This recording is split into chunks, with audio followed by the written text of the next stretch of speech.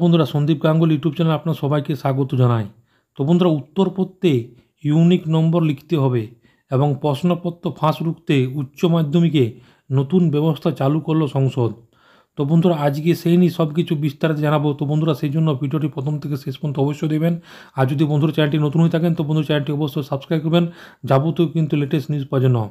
তো বন্ধুরা, সর্বভারতীয় প্রতিযোগিতামূলক পরীক্ষা ধাঁচে উচ্চ মাধ্যমিকের প্রশ্নপত্র ইউনিক সিরিয়াল নম্বর ব্যবহার হবে। নিরাপত্তাজনিতর কারণে এবার সেই ব্যবস্থা চালু করতে চলেছে উচ্চ মাধ্যমিক শিক্ষা সংসদ। সংসদ সূত্রে খবর, মূলত প্রশ্নপত্র ফাঁস আটকাতে বা প্রশ্নপত্র ফাঁস হলে যাতে অপরাধীদের দ্রুত ধরা যায় তা নিশ্চিত করতে ইউনিক সিরিয়াল নম্বর ব্যবহার করার সিদ্ধান্ত নেওয়া হয়েছে। এ নিয়ে রবিবার উচ্চ মাধ্যমিক পরীক্ষার্থীর জন্য নির্দেশিকা জারি করেছে সংসদ। সংসদ জানিয়েছে, এবার উচ্চ মাধ্যমিকে প্রশ্নপত্রের উপরে ডান দিকে একটি সিরিয়াল নম্বর থাকবে। সেই নম্বরটি উত্তরপত্রের একটি নির্দিষ্ট জায়গায় লিখতে হবে পরীক্ষার্থীদের।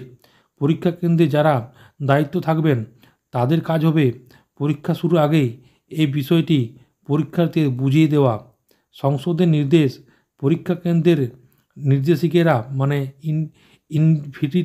যারা ইনভিজিট করবেন মানে ইনভিজিলেটর যখন উত্তরপত্রে নিজে সই করবেন তখন ভালো করে মিলিয়ে দেখবেন সিরিয়াল নম্বর উত্তরপত্রে রয়েছে কিনা এবং সেটি ঠিকভাবে লেখা হয়েছে কিনা।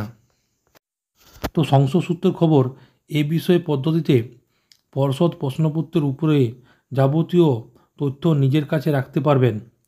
পরীক্ষা চলাকালীন বা তার আগে কোনো অপ্রীতিকর ঘটনা ঘটলে তা সংসদ সঙ্গে সঙ্গে বুঝতে পারবে বলে জানানো হয়েছে।